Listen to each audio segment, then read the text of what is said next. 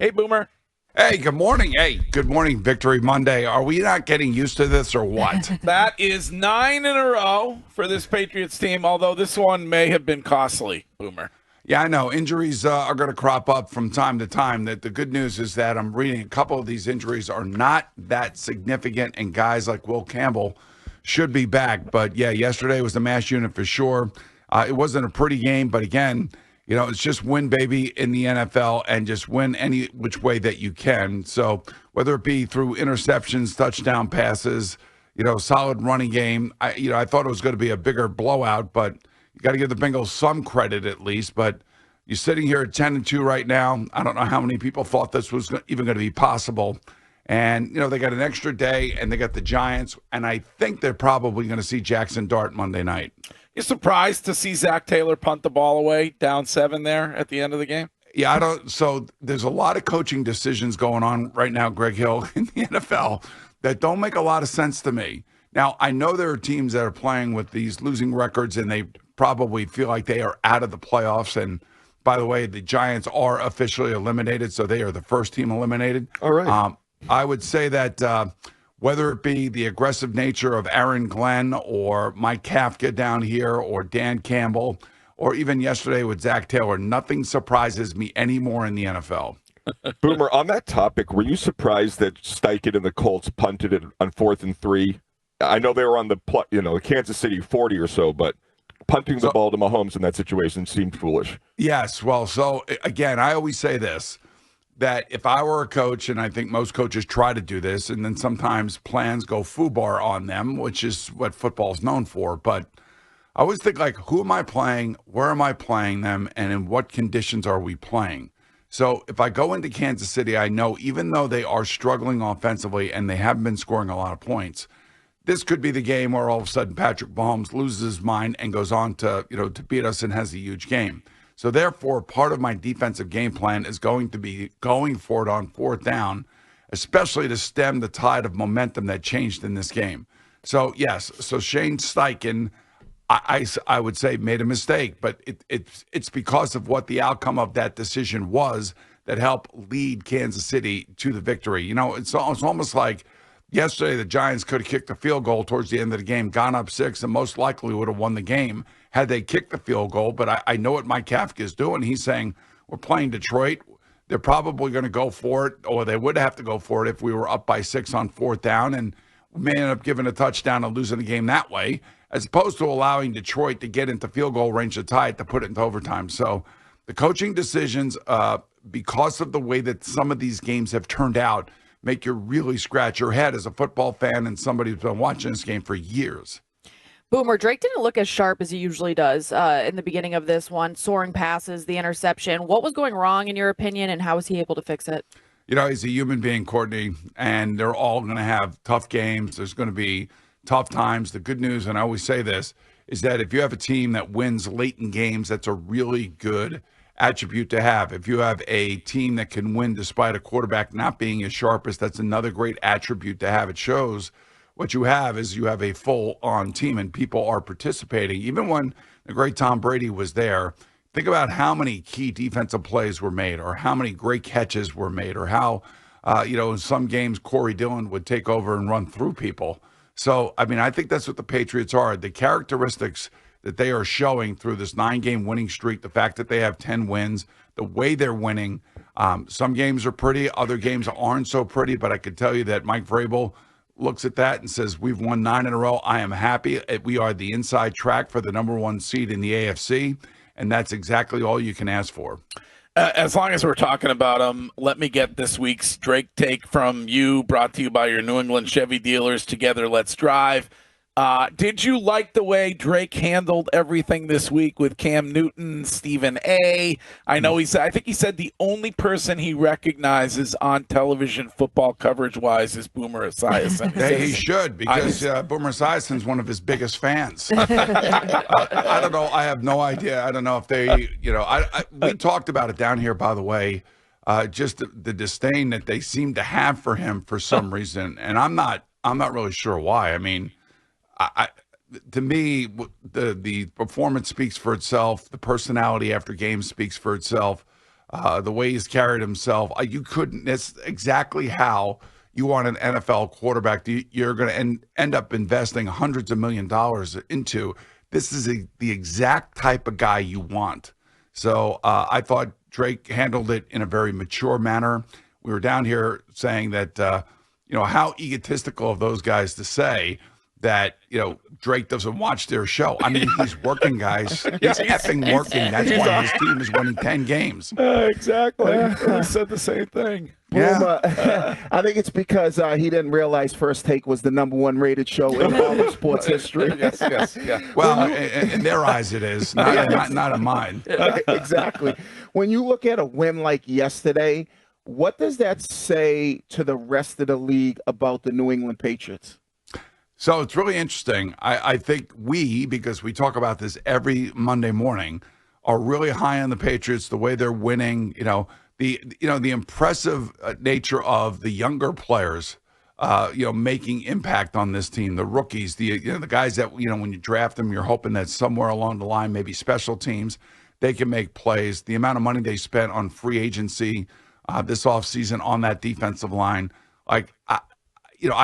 we all think that they are the top team, in the AFC. I do right now, and I don't have any misgivings about that. I mean, if they play the Ravens, they play the Colts, they play the Broncos, they can hang with every single one of those teams.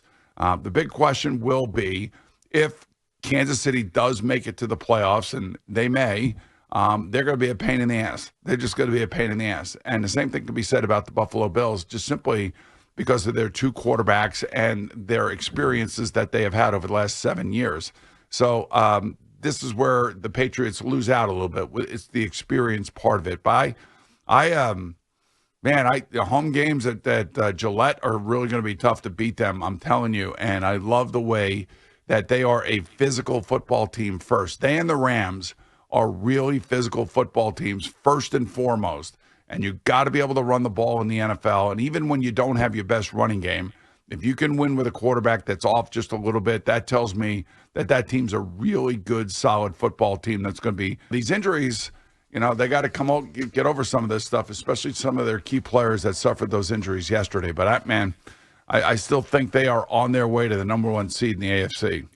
Boomer, sticking with those injuries for a young quarterback like Drake, losing Will Campbell for, hopefully not that long of time. How does he deal with that mentally? What does that do to a quarterback mentally? Well, that's up to Josh McDaniels now. So they'll do things to help their backup left tackle. They'll chip. They'll put an extra big fat tight end like Jermaine Wiggins over there. They'll help out. They'll look. You got a very experienced offensive coordinator, and a lot of this comes down to the scheme that he develops to help to make sure that Drake is protected, that Drake feels comfortable, and it's not Drake's problem now. It's really the offensive coordinator's problem. And this is something that goes underrated when Bill Belichick was there all those years. How many guys had to come in off the bench and play 2 or 3 games and still have a positive impact on the team? So I would think that Josh McDaniels is going to have a solid game plan. They got an extra day, like I said, because it's Monday Night Football next week. And it'll be interesting to see because the Giants, say whatever you want, Brian Burns is a really good pass rusher, and he lines up there most of the time. So that's going to be interesting to see how they try to take him out of the game. Boomer, what do you think is going to happen in Buffalo with Sean McDermott and that team, given that they have the reigning MVP, and it looks like this will be another year that they fail to make the Super Bowl? I'm not, I know it feels that way, and I know it's 7-4. You could say, especially with the loss last week. Josh is so good and so camouflaging, if you will. I do believe they'll make the playoffs. Now, if they don't make the playoffs, that's going to be something, and then that's probably going to be where management's got to say to themselves, have we gone as far as we've gone with this coaching staff? I actually am a very respectful guy when it comes to Sean McDermott. I'm not one of those guys that wants to be flippant and say, this is all his fault. They're missing Ed Oliver in the middle of their defense, which is a huge loss for them. Their wide receiving core is extremely average. Keon Coleman has been an absolute disaster. So there are a lot of things that are going on that are not Sean McDermott's fault. But unfortunately, if they do not make it, I could definitely see, ownership saying we've gone as far as we can with this coaching staff, and they may start looking elsewhere. Question of the week for Boomer, brought to you by McFarland Energy, the region's most dependable provider of home heating, oil delivery, and expert HVAC services at McFarlandEnergy.com. You and I have been a little critical here and there when it comes to Shedeur Sanders. What do you make of the way he looked yesterday? I thought he was okay yesterday. I mean, it wasn't great. I mean, he still looks like Shedeur Colorado, which is not going to last in this league, I'm telling you. He's not that fast, but he does hold on to the ball. So that shows me he has poise. He's not nervous, but you can't sustain the way that he plays in this league for very long. So he's got to learn to get rid of the ball. And I thought yesterday he did some good things, but I think you saw towards the end of the game against the Raiders, they kind of took the ball out of his hands. They didn't want him making decisions. They were doing a lot of wildcat stuff. And that tells me all I need to know. Third down, they were running it and punting it. But, when you have that defense, and that defense is that good, and they are assaulting the opposing quarterback the way they were yesterday, I think Kevin Stefanski handled the end of the game perfectly. But, yeah, I thought he was okay. I didn't think he was great. Made a couple really nice throws. And, I'm not one of these guys that wants to see him fail. I don't know. He must go to bed at night thinking everybody hates him or something. I'm not really sure. I mean, by the way, I see more people wearing his jersey for a guy who's never played. So for all these people that supposedly hate him, there are a lot of people that look like they love him. Is the dream over for J.J. McCarthy? Feels like it. Does not look good, man. I mean, I could see Mac Jones playing for Kevin O'Connell next year. I mean, that would be, so you go Sam Darnold, he goes to San Francisco, gets taught to how to be a quarterback under Kyle Shanahan, and then you move on to Minnesota with Kevin O'Connell. I mean, right now, J.J. McCarthy looks like he is completely in over his head. Yeah. Well, I was a little jealous. I think I saw your photo on the red carpet at the Landman premiere a week or so ago. Was that you that was there? Yeah, that was me and my son-in-law, Matt. Yeah, so I'm a huge Landman fan. And same. I got to tell you, seeing Ali Lauder and Demi Moore up close and personal, I was like, wow, man. They had no idea who I was. No, they didn't know. I don't play anymore. He's a radio guy. Nobody cares. That stinks. What a twist at the end of yesterday's episode, too. I'm not going to spoil. Yeah, no, it was good. It's good. It's really good. It is so good. And Taylor Sheridan's so good, man. I'm telling you. And I absolutely love the show. Yeah. All right, Boomer. We will talk to you again next week. All righty, guys. Have a great week. I guess, are we talking Monday next week or Tuesday? What do you want to do? Probably Tuesday, right? All right. Yeah, let's do it Tuesday. We'll do Tuesday next week. Oh, have a great Thanksgiving, Boomer. Happy Thanksgiving. Yes, you too, guys. Have a great one, and I'll talk to you next week.